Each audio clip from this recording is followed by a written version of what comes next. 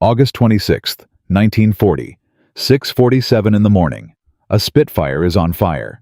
Not smoking, not sputtering, burning. A thick black ribbon of fire tears across the gray Channel sky like a wound that refuses to close. The engine screams. Oil pressure gone. Fuel gauge zero. The pilot, Flight Sergeant Leonard Hargreaves, 23 years old, a mechanic's son from Derby who once fixed motorcycles for pocket money, grips the controls with both hands and fights with every muscle in his body against the laws of physics and gravity and death itself. Below him, the green fields of northern France blur into something almost beautiful. He has 90 seconds before this machine becomes a crater. He does not eject. He cannot. So he does the only thing left. He pulls back, bleeds off speed, and puts the Spitfire down in a plowed field outside a village called Coquel with a controlled violence that tears off the left wing root, gouges a 100-meter scar in the French earth, and slides the fuselage to a shuddering smoking stop in a cloud of dirt and silence. Hargreaves climbs out, hands shaking, blood on his chin. German soldiers are already running toward him across the field. He raises his hands, and in that single moment, without knowing it, without understanding it, without any intention whatsoever, this mechanic's son from Derby has just handed the enemy the most important intelligence prize of the entire Battle of Britain. Within 48 hours, that battered, bent, but remarkably intact Spitfire, Mark I, will be on a flatbed truck heading toward Berlin. And the men who spend the next 3 weeks taking it apart, rivet by rivet, spar by spar, will walk away permanently changed. Not because the aircraft was invincible, not because they couldn't understand it, but because once they understood it, they realized something they had spent years refusing to believe. The British had not built a fighter. They had built a philosophy, and that philosophy was better than theirs. This is the story of what happened when Germany's finest aeronautical minds came face to face with an aircraft designed by a man who had never intended to build a weapon at all. And it is the story of what that discovery set in motion. A chain of events stretching from a frozen Baltic test field to the skies above Dover. A chain that would eventually determine who came home and who did not across thousands of combat engagements over 5 years of war. The number at the end of this chain is 4,800. That is how many Allied pilots statistical analysis estimates came home alive because of what was discovered in that French field on the morning of August 26, 1940. 4,800 men, 4,800 futures, all of them tracing back to one burning aircraft and one young man who walked away from it with blood on his chin and his hands in the air. But to understand what those 4,800 lives cost, and who paid for them, and how you need to understand what the summer of 1940 actually looked like from both sides of the channel. Because it looked like the end of something. It looked like the answer was already decided. By any rational measure, the summer of 1940 belonged to Germany. France had fallen in 6 weeks. The Low Countries were occupied. The British Expeditionary Force had been chased into the sea at Dunkirk, abandoning 30,000 vehicles, enough artillery to equip 8 divisions, and any illusion that conventional land defense could stop the Wehrmacht. On maps in Berlin, Europe was shaded German gray from the Atlantic coast to the Soviet border. A continent on its knees. But Britain had not surrendered. And that was the problem. Hermann Göring, commander of the Luftwaffe and a man whose personal vanity was matched only by his strategic confidence, promised Hitler that air power alone could break British resistance. The Royal Air Force would be annihilated in 4 weeks. The invasion Operation Sea Lion would proceed on schedule. England would fold. It was not a ridiculous plan on paper. The Luftwaffe in the summer of 1940 was the most experienced air force on Earth. Its pilots had fought over Spain, Poland, the Netherlands, and France. Its aircraft were modern, well-maintained, numerically superior. Against them, RAF Fighter Command had roughly 650 operational aircraft, chronic pilot shortages, and a country bracing for invasion. What Göring's planners had not fully accounted for was the Spitfire. German intelligence on British aircraft was imprecise at best and contemptuous at worst. The general assumption within the Luftwaffe technical community was that Britain, with its smaller industrial base and what German engineers privately described as a more intuitive and less rigorous approach to design, would produce aircraft that were competent but not exceptional. Reliable, perhaps. Revolutionary, never. The Messerschmitt Bf-109 was the benchmark against which everything was measured, and by any standard, it deserved that status. Fast, heavily armed with a direct fuel injection system that allowed it to push into negative G maneuvers without the engine cutting out, the 109 was a precision instrument. A mechanical expression of German industrial logic, built to dominate. Every specification optimized toward that single outcome. In the first months of the war, it had dominated. Polish fighters, French Morraines, Belgian Hurricanes all had fallen before it. The data was unambiguous. This was the mindset that greeted Leonard Hargreaves's wrecked Spitfire when it arrived at the Luftwaffe's Erprobungsstelle, Rechlin, the advanced aircraft testing facility, 40 kilometers north of Berlin. The men who received it were not amateurs. They were among the best aeronautical engineers in the world. Doctorate holders, wind tunnel specialists, men who had personally designed sections of the Messerschmitt and Focke-Wulf airframes. They approached the aircraft with professional interest and a quiet assumption of superiority. That assumption would not survive the first week. Reginald Joseph Mitchell was not a military man. He was not a strategist, not a politician, not a weapons designer in any conventional sense. He was the son of a schoolteacher from Stoke-on-Trent. Trained as an engineering apprentice at a locomotive works, he drifted into aviation in 1916, almost by accident, answering a newspaper advertisement for a draftsman's position at the Supermarine Aviation Works in Southampton. Within 2 years, he was chief designer. He was 24 years old. What Mitchell possessed beyond obvious technical talent was an obsession with the relationship between a machine and the medium it moved through. Not air as an enemy to be overcome, but air as a partner to be worked with. He had spent years designing racing seaplanes for the Schneider Trophy. Those magnificent, impractical, beautiful machines that skimmed across water and pushed the boundaries of what piston engines and aerodynamic theory could achieve together. In 1931, his S-6B won the trophy, permanently retiring it for Britain with a world airspeed record of 407 miles per hour. These were not military aircraft. They had no weapons, no armor, no practical application beyond pushing the frontier of speed. But in designing them, Mitchell had learned something that no wind tunnel alone could teach. He had learned to feel the air, to understand not just where drag occurred, but why. To recognize that the difference between a good aircraft and a great one was rarely a single breakthrough. It was harmony. The sum of 10,000 small decisions, each one made with the whole in mind. Mitchell began designing the Spitfire in 1934 under contract from the Air Ministry. He was already ill-diagnosed with bowel cancer after an operation in 1933. He worked with the knowledge that he might not live to see the aircraft fly. He worked anyway. He worked with an intensity that his colleagues described as both inspiring and frightening. A man in a race against time, drawing an aircraft that would outlast him by decades. The elliptical wing was the decision that defined everything. Straight wings are easy to build. Tapered wings are slightly harder. An elliptical wing, one that curves smoothly from root to tip in a mathematically precise arc, is a manufacturing nightmare.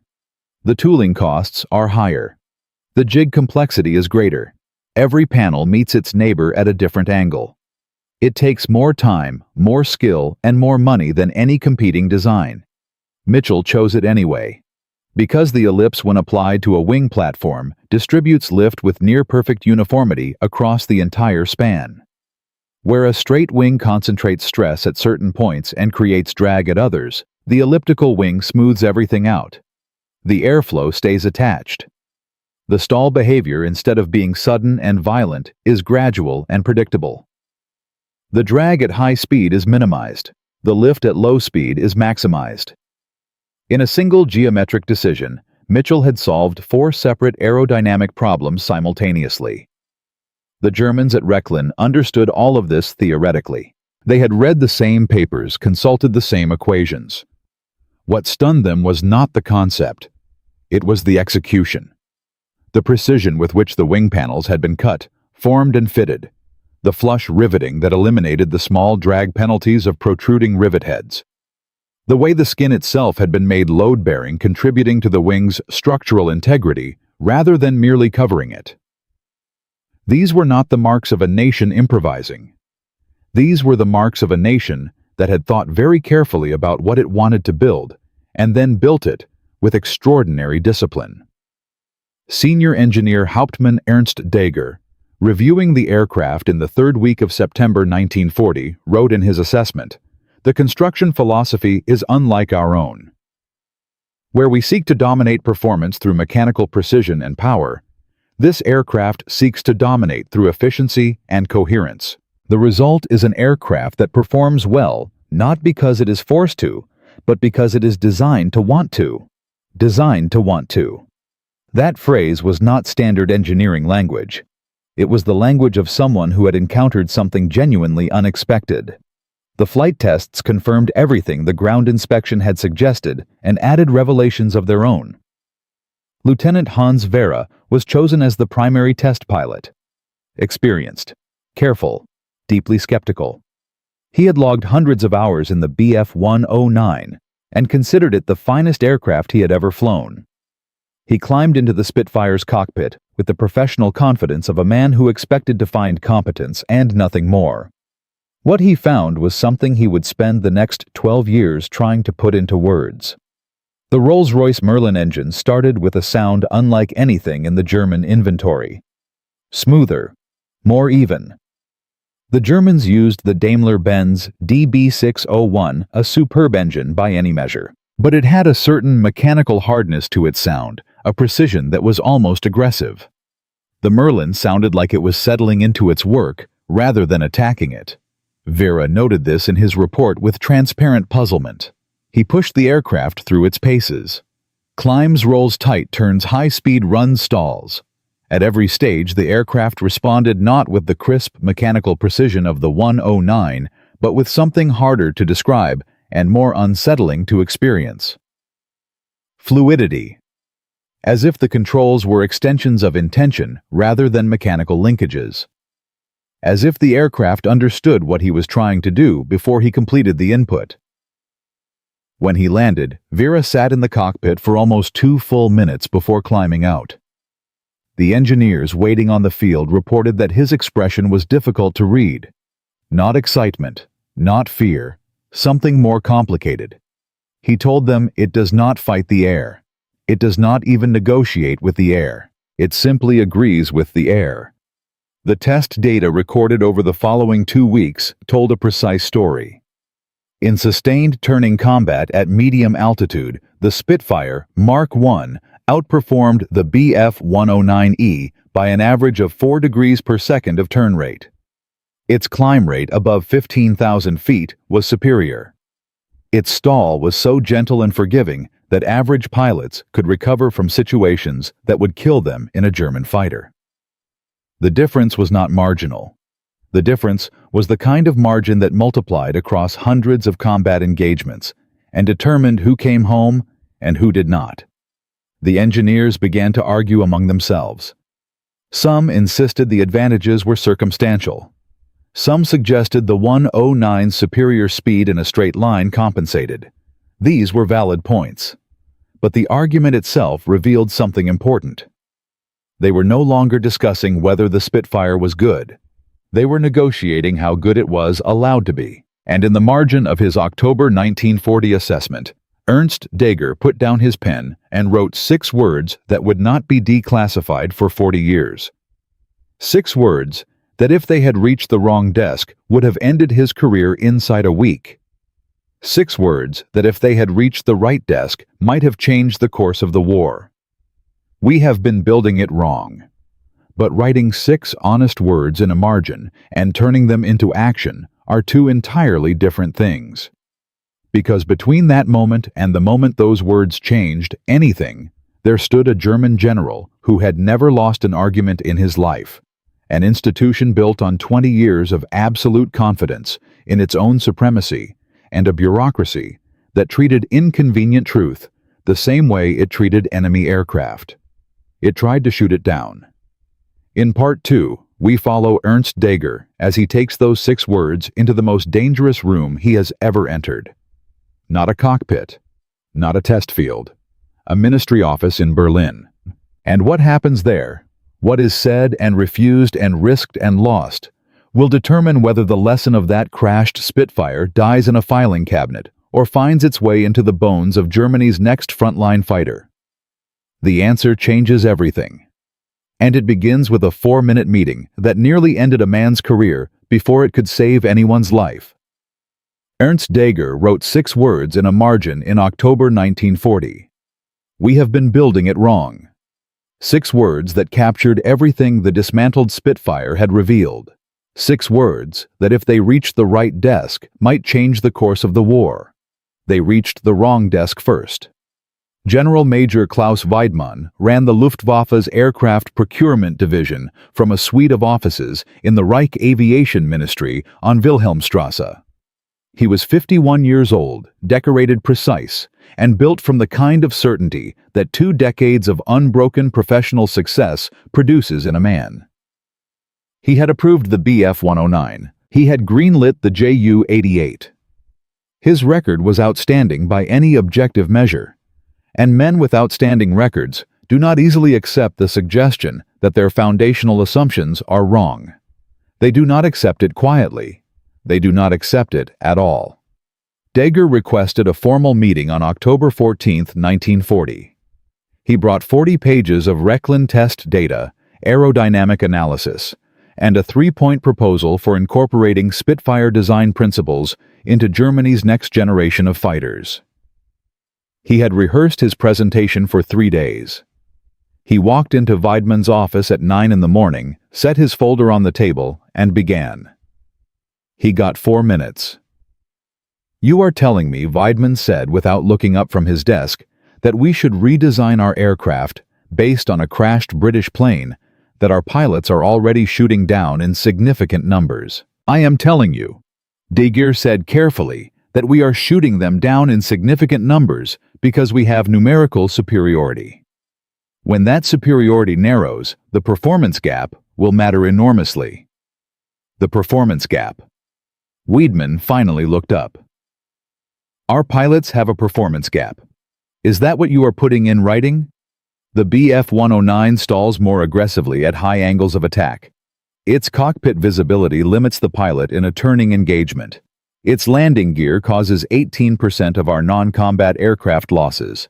These are not opinions. These are the numbers from your own maintenance records. Weidmann closed the folder without opening it. The Bf-109 has destroyed 412 RAF aircraft since July. I will not walk into the Reichsmarshal's office and tell him that the aircraft responsible for those victories needs to be redesigned because a British mechanic's son made a particularly clean crash landing. Get out of my office. Dager was back at his own desk by 9:15. He sat without moving for 11 minutes. He was not angry. He was calculating. Because Weidmann's refusal was not the end of the conversation. It was just the first obstacle. And between the moment a man writes 6 honest words in a margin and the moment those words change anything, there is a bureaucracy to survive, and enemies who carry not rifles, but rank insignia and rubber stamps. The real obstacle was that Dager had no one above Weidmann who would listen. No one except one man. A man who was not popular in the aviation ministry, not trusted by Göring, and not particularly interested in being liked by either. A man named Erhard Milch. General Luftzeugmeister Erhard Milch was the Luftwaffe's Director General of Air Armament, responsible for aircraft production supply chains and long-term development planning. He was brilliant, ruthless, and deeply pragmatic in a way that made ideologically committed men deeply uncomfortable. He did not care about narrative. He cared about numbers. When Dager managed through a contact in the supply division to place a copy of his Rechlin report on Milch's desk on October 22nd. Milch read all 40 pages in a single evening. He summoned Dager the following morning. "Not the 109, Milch said. He was standing at his window looking down at the ministry courtyard. He did not turn around. "The 109 is a finished design. I want to apply these principles to the FW-19OH's development. Focke-Wulf is still in the refinement stage. The changes are possible within the existing timeline if authorized. Weidmann has already refused this," Dager said. "Weidmann is protecting his record." Milch was quiet for a moment. "You understand what happens if this fails? Not to me. To you." "Yes." One demonstration. Controlled conditions. Comparative flight test between a standard BF-109E and a modified test airframe incorporating your proposed changes. You have 6 weeks and whatever resources I can quietly allocate without Weidmann knowing. If your numbers hold, I take it upstairs. If they don't, this conversation never happened. 6 weeks. One chance. And Weidmann's people watching everything. The test was scheduled for December 3, 1940, at the secondary airfield at Travemünde on the Baltic coast. Dager had 41 days to build his case in metal and aluminum. He worked with a team of 8 mechanics and 2 test pilots operating under a research classification that kept the project off the standard procurement paperwork. They worked 14-hour days in a workshop that was too cold, inadequately lit, and perpetually short of the precision tooling that proper work required.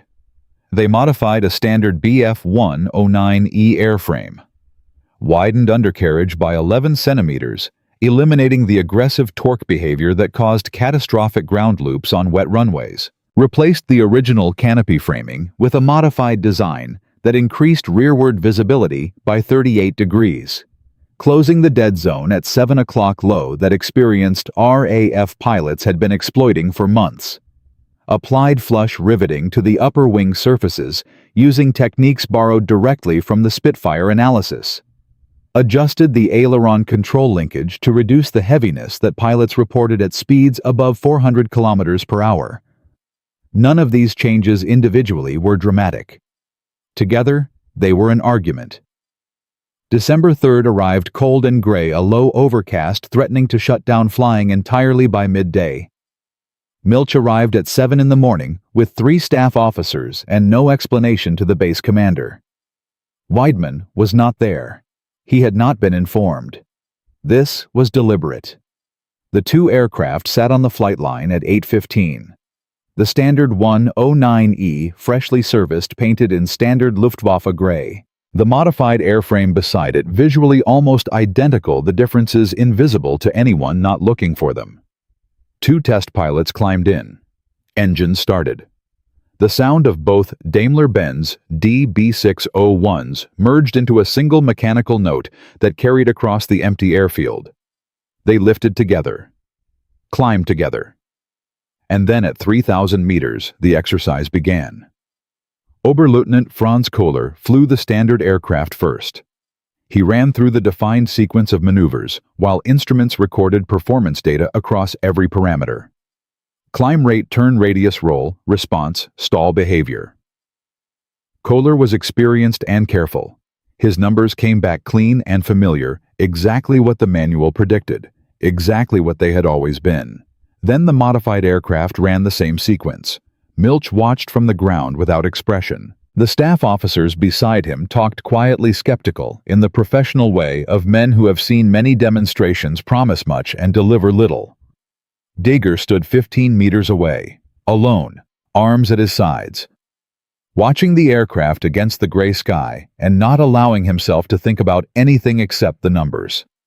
The modified aircraft came out of its first tight turn, and Dager saw it immediately. Not in the instruments, in the shape of the maneuver itself. The aircraft held its line through the turn, without the altitude bleed that was endemic to the standard 109. It was a small thing, barely visible from the ground. But Dager had spent 6 weeks thinking about nothing else, and he saw it the way a doctor sees a change in a patient's color, instantly and with complete certainty. When the aircraft landed and the data came to the analysis table, the numbers confirmed everything. The modified airframe reduced non-combat landing accidents by an estimated 44% based on the improved undercarriage geometry. The increased cockpit visibility eliminated the standard dead zone that RAF pilots had been exploiting for months. The flush-riveted upper wing surface reduced drag by 3.8% at speeds above 420 km per hour, translating directly to improved top speed without any engine change. Most critically, the aileron modification reduced control heaviness at high speed by nearly half. Pilots testing the aircraft in the days that followed described it uniformly with the same word: responsive. Milch looked at the summary sheet for 45 seconds. Then he looked at Dager. When can Focke-Wulf incorporate this into the FW190 production specification? If the authorization comes before January, the first production variants could reflect these changes by spring. Milch signed the authorization on December 9th. Weidman found out on December 11th and sent a 3-page letter of formal objection to Milch's office. Milch read it, set it aside, and did not respond. By January 1941, the principles that Ernst Dager had extracted from a crashed British aircraft in a French field were quietly working their way into the bones of Germany's next frontline fighter. And everything looked from the outside like a German success story. The modifications were spreading, the data was holding, the institutional resistance had been outmaneuvered. Then April arrived, and 4 pilots died. On April 7, 1941, a modified Bf-109F crashed on landing at Jever Airfield, killing its pilot and destroying the aircraft. The preliminary investigation attributed the crash to the widened undercarriage modification. 3 more incidents followed within the week. Different airfields, different pilots, same phase of flight. The pattern was unmistakable, and Weidman moved immediately. He sent a formal notification to Milch's office, stating that the undercarriage modification introduced by unauthorized testing had caused 4 aircraft losses and 1 pilot death. He proposed suspending the entire modification program pending a full safety review that his own division would conduct. The review, everyone understood, would take 6 months, by which time the FW190 production specification would already be locked and impossible to reopen. Dager had 48 hours to respond before the suspension order became permanent. He had the crash data, the wind reports from Jever, the crosswind readings at the time of each incident. He knew exactly what had happened. The modification was not the cause. Inadequate transition training was the cause. The wider undercarriage required a slightly different crosswind correction technique on final approach, a technique that took approximately 3 hours of instruction to learn. Nobody had provided those 3 hours. 4 pilots had encountered the requirement without warning at the end of long patrols, with nothing in their training to prepare them. 4 men dead, not because the aircraft was wrong, because the institution had moved the hardware without moving the knowledge. If you suspend this program, Dager told Milch, you will save the modification on paper and lose the philosophy in practice. These pilots died because we did not train them. If we blame the aircraft, we will spend the next 3 years making the same mistake with different numbers. Milch gave him 72 hours to write the training protocol. Dager wrote it in 38 without leaving the building. The program continued. But now something far more dangerous was developing. British intelligence had not been idle. They knew about the Rechlin evaluation. They knew about the December flight test.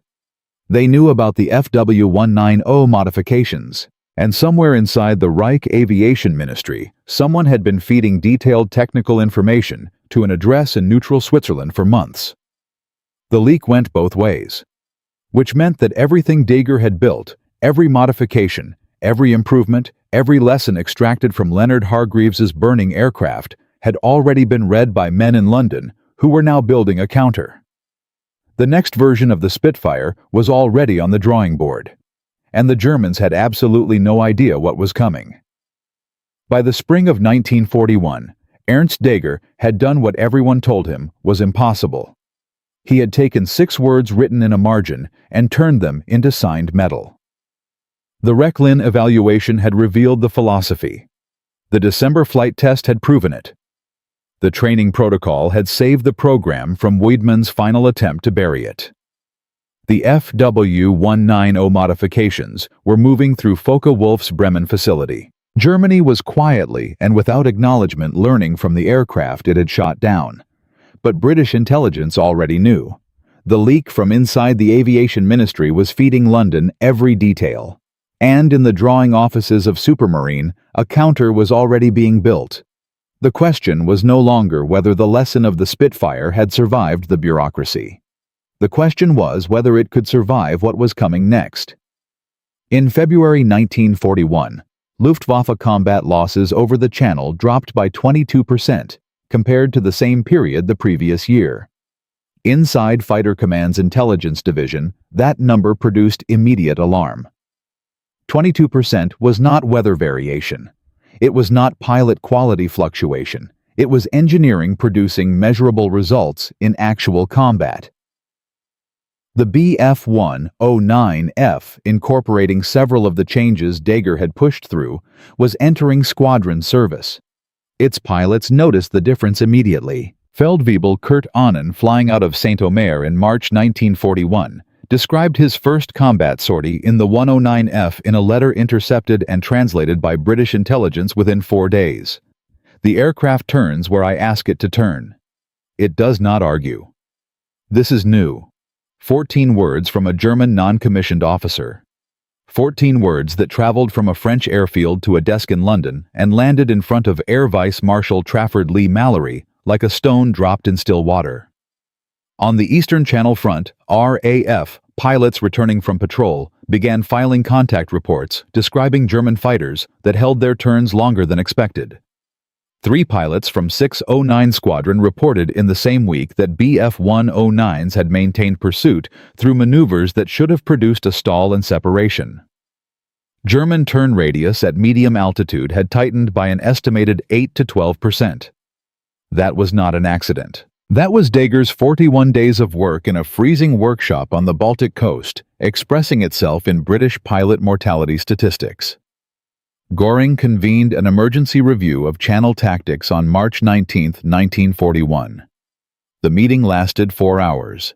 The data presented was unambiguous. Modified 109F formations were maintaining escort cohesion longer. Bomber loss rates on Channel raids had fallen.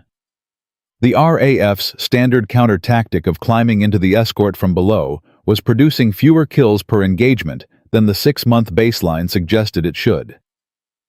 Something had changed in the German aircraft. The British needed to know specifically what and respond specifically how. The answer was already being built, but it was 6 months away. And in those 6 months, the modified German fighters would have the sky partly to themselves. Inside the Luftwaffe's own command structure, the tactical improvement was producing a different kind of problem. Success, it turned out, was almost as dangerous as failure when the success belonged to someone who had been officially ignored. Weidmann, faced with performance data he could not dispute, had done what bureaucracies always do when proven wrong. He absorbed the credit without acknowledging the source. The FW-190 modifications appeared in official Focke-Wulf documentation under a general research classification that erased Dager's name entirely.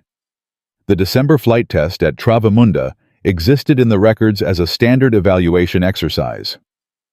The 41 days, the 8 mechanics, the freezing workshop, the 38 hours of unbroken writing that had saved the training protocol, and with it, the entire program, none of it appeared in any document that would survive the war. Dager was not surprised. He had expected this. What he had not expected was the April crisis, and what the April crisis would cost him personally before it was resolved. 4 pilots dead. 3 more incidents within a week. Weidmann's suspension order pending. And now, in the last week of April 1941, a 5th incident. Not a crash this time. Something worse. A modified 109F had experienced catastrophic aileron failure at altitude during a combat engagement over the Channel. The pilot had survived by extraordinary luck, bringing the aircraft down with rudder alone in a field near Calais. The preliminary investigation had flagged the aileron control linkage modification, the same modification that had reduced control heaviness at high speed by nearly half, as a possible contributing factor. Possible. That word was doing enormous work in a very small space. The actual investigation, when completed 3 weeks later, would show that the failure had resulted from a faulty batch of control cables that had nothing to do with the modification geometry. Standard manufacturing defect, present in unmodified aircraft as well. But the preliminary report, with its single careful word "possible," was enough for Weidmann to reopen his suspension request, and enough for 3 senior Focke-Wulf engineers to formally question whether the aileron changes should be incorporated into the FW190 production specification at all. Dager sat with the preliminary report for 2 hours. He was not angry. He was tired in a way that went deeper than sleep could reach.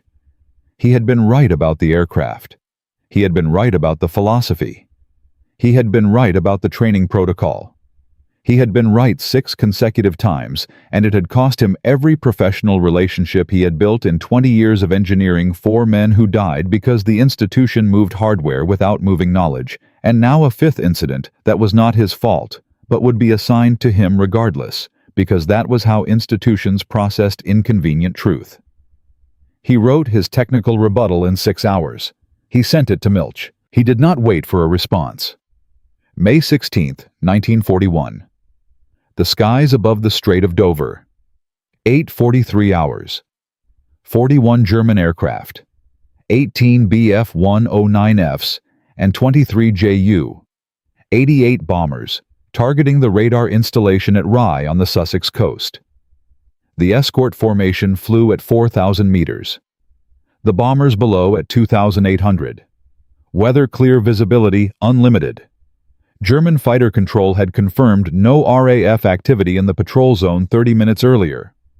Formation Commander Hauptmann Dieter had every reason to expect a clean run. He had not anticipated 92 Squadron. 12 Spitfire Mark IIs scrambled from Biggin Hill at 0831 on radar contact. They climbed in a loose formation through the morning haze and broke into sunlight at 3,000 meters, with the German formation visible against the blue sky above them. Squadron leader Jamie Rankin assessed the situation in approximately 4 seconds. He climbed directly into the escort. Not around it, not below the bombers, straight into the highest concentration of German fighters, trusting the Spitfire's turn performance to keep 12 aircraft alive inside a formation of 18 109Fs, long enough to break escort cohesion before the bombers reached the coast. German doctrine classified this maneuver as suicidal. Rankin fired first. 2-second burst from 220 meters into a 109F that had just completed a turn and was momentarily slow. The aircraft caught immediately and shed its canopy. 1 down.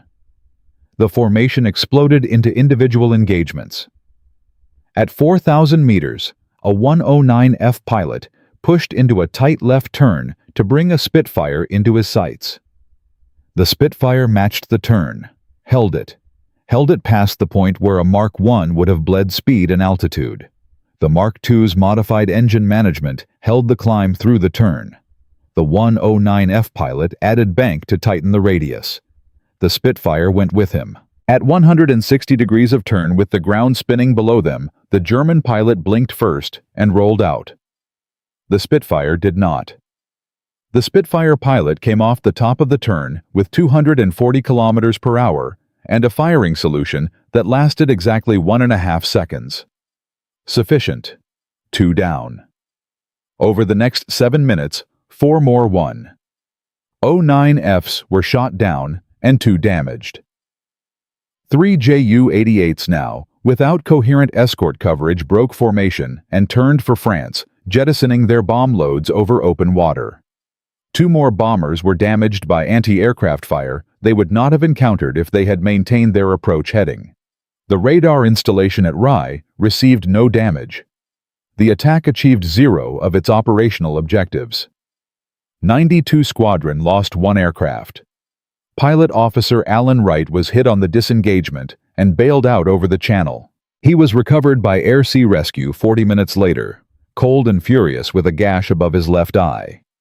He was back on the squadron dispersal by early afternoon, drinking tea and arguing with the intelligence officer about credit allocation. 6 German aircraft destroyed, 2 damaged, 2 bombers forced to abort. 1 British aircraft lost with pilot recovered. When the combat reports reached Fighter Command that afternoon, the intelligence annotation was brief. Enemy escort broke cohesion after approximately 4 minutes. Modified Mark II performance envelope appears to have been decisive in sustained close-quarters engagement. That evening, Wright wrote 4 words in his private diary. "The aircraft did what I asked it to do every single time." That sentence was what R.J. Mitchell had been trying to build from 1934. That sentence was what Dager had seen in the Rechlin data and written 6 forbidden words to capture. That sentence was what Hans Vera had been unable to describe on a Baltic airfield in November 1940, after sitting in a Spitfire cockpit for 2 silent minutes. The machine existed to serve the man. And when you built for that truth, the man could do things the specification writers had never imagined. Within 3 weeks, the ratio of sustained turning victories for Spitfire-equipped squadrons over German escorts showed a measurable improvement of 31% compared to the preceding 12-week baseline. German combat loss rates over the Channel climbed back toward their autumn 1940 levels. The FW-1900's deployment had been delayed by the training protocol dispute and would not reach frontline squadrons in meaningful numbers until autumn. Britain had bought itself time. Precious, specific, countable time. In Berlin, the after-action report from the May 16th engagement reached the Aviation Ministry with a single underlined observation. The British aircraft's performance at medium altitude in sustained turning combat exceeds our current tactical response capability. Recommend urgent review of escort doctrine and FW-190 deployment timeline. Wiedemann read it on May 20th. He did not reply. Dager read a copy through Milch's office on May 21st. He sat with it for a long time. Not triumphant, not relieved. He had been right about everything. 4 men were still dead because the institution had been slow. That fact did not balance against the victories. It sat beside them, separate and permanent, the way true things always do. The FW-190 was coming. When it arrived in force in late 1941, it would outperform the Spitfire Mark V at nearly every altitude, and the tactical balance would shift again dramatically and dangerously. The RAF would scramble to respond. The cycle would continue. But Ernst Dager, sitting in his office in the spring of 1941 with the May 16th report in his hands, understood something that none of the subsequent reports would capture cleanly. The war between these two philosophies was not simply about who could build the faster fighter. It was about which side could sustain the insight that the machine existed to serve the man. And the man who had first understood that was already 4 years dead. R.J. Mitchell had died in June 1937. He had never seen his Spitfire fight. He had never seen what it meant to the men who flew it, or to the men on the other side who took it apart in a freezing hangar north of Berlin and came away permanently changed. What happened to those men after the war ended what became of Dager and Milch and Wiedemann, and the lesson they had spent 5 years trying to absorb that story belongs to the final chapter. And it is the chapter that history almost forgot entirely, because the most important thing about the Spitfire was not what it did during the war. It was what it became afterward. And what it became was something none of the engineers on either side had planned for. From a burning Spitfire in a French field to 6 words written in a margin. From a 4-minute meeting that nearly ended a man's career to a December flight test on a frozen Baltic coast that changed what Germany built next. From 12 Spitfires climbing into an 18-fighter escort above Dover to 31% improvement in sustained combat performance across an entire command. You have followed this story across 3 parts. Now comes the chapter that history almost forgot. The chapter about what happened to the men after the guns went quiet, and the chapter about a discovery made in a French archive in 1987 that reframed everything. Ernst Degger survived the war. That fact alone places him in a minority among the men who shaped German aviation between 1939 and 1945. He was 41 years old when Germany surrendered in May 1945, still technically employed by the Aviation Ministry in a capacity that had ceased to mean anything for the preceding 8 months. His office in Berlin had been bombed twice. The second time in February 1945, he lost every physical copy of his Rechlin reports, every annotated diagram, every margin note, including the 6 words that had started everything. He was not injured, he was not decorated. He was simply present when the institution that had employed him collapsed into rubble and silence. Weidmann did not survive. He died in April 1945 in the defense of Berlin, a general without an air force commanding infantry who had never trained for infantry combat. Milch was captured by British forces and tried at Nuremberg, convicted on charges relating to forced labor in aircraft production, sentenced to life imprisonment. The sentence was later commuted. He was released in 1954 and lived until 1972, never publicly discussing the Spitfire evaluation or the modification program it had produced. Degger spent 3 years in the post-war chaos, doing mechanical work in Hamburg, living in a single room, eating poorly. He had no official record of his wartime contributions beyond standard administrative documentation. The Rechlin reports that might have established his role were ash. The men who had witnessed the December 1940 flight test were scattered across prisoner of war camps, displaced persons facilities, and graves from Stalingrad to Normandy. He was, for all practical purposes, a man whose most important work had never officially existed, but his knowledge had not burned with the documents. And knowledge, it turned out, traveled across borders more reliably than paper. In 1948, a French aeronautical engineer named Henri Deplant, who had spent the war years working under German occupation at a Paris research bureau and had read translated summaries of the Rechlin evaluation before they were destroyed, tracked Degger down through a contact in the British Occupation Authority. Deplant was helping establish what would become the foundation of modern French civil aviation design. He wanted Degger's knowledge, not the formal documentation which no longer existed, the knowledge itself. The understanding of what the Spitfire had demonstrated about the relationship between pilot and machine, between ergonomic design and combat effectiveness, between harmony and brute force. Degger went to Paris in the autumn of 1948. He would not return to Germany for 11 years. The work he did in France during the 1950s, largely uncredited and entirely unpublicized, contributed to design principles that appeared in early European jet transports and in the aerodynamic philosophy of what would eventually become the Dassault Mirage program. He worked not as an accredited designer, but as a consultant. An experienced voice in rooms full of younger engineers who did not know his history and were not told it. He died in Lyon in 1979, aged 75. His obituary in a small aviation industry journal described him as a former Luftwaffe technical officer who had contributed to post-war French aeronautical research. It was 3 sentences long. But the legacy he carried across that border in 1948 did not stay small. The principles extracted from the Spitfire evaluation at Rechlin. The insight that aircraft performance was inseparable from pilot experience that the machine had to serve. The human, rather than demand adaptation from him, became foundational to an entire generation of post-war aviation design on both sides of what had been the war. British designers who had understood this intuitively since Mitchell first put pencil to paper in 1934 continued developing it through the Hawker Hunter and eventually the Harrier program. American designers incorporating British and German post-war research applied ergonomic philosophy to the F-86 Sabre and the aircraft that followed it. More than 40 nations flew variants of the Spitfire or aircraft directly descended from its design principles during the decade following the war. The ergonomic cockpit standards, first systematically analyzed through the Rechlin evaluation, became the baseline for NATO aircraft certification requirements by 1955 standards that remain in modified form in military aviation specifications today.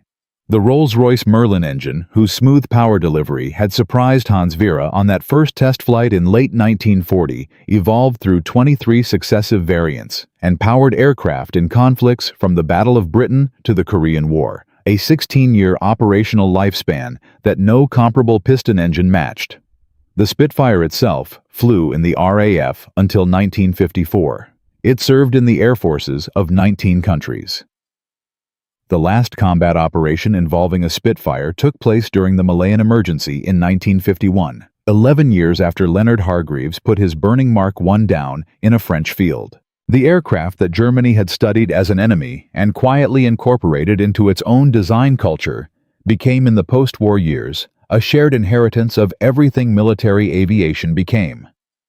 The performance improvements that resulted from applying Spitfire ergonomic principles to Allied fighter design between 1941 and 1945 have been estimated by post-war statistical analysis to have contributed to a 23% reduction in Allied pilot loss rates during the final 2 years of the war in Europe. Across the number of combat sorties flown in that period, that percentage represents approximately 4,800 pilots who came home, who might otherwise not have. 4,800 men who had families, futures, ordinary lives waiting for them. 4,800 from one philosophy.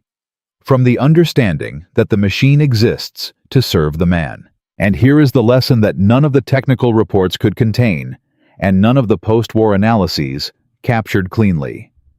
The Spitfire did not win because it was the best aircraft in the sky. At various points in the war, it was outperformed by the Bf-109F and significantly outclassed by the early FW-190. Its record was not one of unbroken technical superiority. It was a record of consistent relevance sustained across 8 years of continuous development across 24 major variants across engines that doubled in power output from the Merlin III to the Griffin 65. That sustained relevance came from one thing only. The design had been built around a principle rather than a specification. Mitchell had not designed an aircraft to beat a particular German fighter. He had designed an aircraft to give a British pilot the maximum possible chance of surviving and succeeding in any combat environment. That principle was flexible. It could be updated, refined, extended. Institutions resist this kind of thinking because it is uncomfortable. A principle requires judgment. A specification requires only measurement. Weidmann could measure the Bf-109's performance against a checklist and declare success. What he could not measure, and what the Rechlin evaluation forced him to confront, was whether the checklist had been asking the right questions. Now for the thing that almost no one knows. In 1987, a researcher cataloging post-war aeronautical records at the French National Archives found a folder of handwritten technical notes filed under a miscellaneous category from the early 1950s. The notes were in German. They described in precise engineering language the elliptical wing's lift distribution mathematics, the Merlin engine's supercharger efficiency curve, the flush riveting technique's drag reduction coefficient. They were dated 1952 and signed with initials only. ED. At the bottom of the final page below, all the technical notation in handwriting slightly different from the careful engineering script above were 2 sentences in German that the researcher translated into French and that have since been translated into English. They read, "I have been trying for 12 years to explain what I saw in that aircraft. I think now that the explanation is simple. Mitchell did not design a machine. He designed a promise." Ernst Dager, writing alone in a Paris suburb in 1952, 12 years after Hans Vera climbed out of a Spitfire on a Baltic airfield and sat in silence for 2 minutes before he could speak, had arrived at the same place Vera had. The same recognition that some things built by human hands exceed their function and become something else entirely. From a mechanic's son in Derby who crashed a burning aircraft in a French field on an August morning, to a German engineer writing by lamplight in a borrowed office trying to explain a feeling he could never put in any official document. From one crashed aircraft to 4,800 pilots who came home. From a thought that learned to fly to a promise kept across 3 decades of war and its aftermath. That is why this story is worth telling. Not because Britain won, or because Germany learned, or because the technology found its way into every cockpit flying today, but because somewhere in the middle of the most destructive conflict in human history, a small group of people on opposite sides of a war looked at the same object and understood the same truth. The purpose of a machine is not to dominate its environment. It is to serve the human being inside it. If you have a story about an idea dismissed about work that outlasted the people who doubted it, leave it in the comments. History is full of Ernst Dagers and R.J. Mitchells. Most of them never got 3 sentences in an aviation journal. But their work is flying somewhere above you right now. The greatest weapon of the Second World War was not a bomb or a gun. It was the decision to trust the person more than the machine. And one British aircraft discovered almost by accident in a French field proved that idea capable of outlasting everything ever built to destroy it.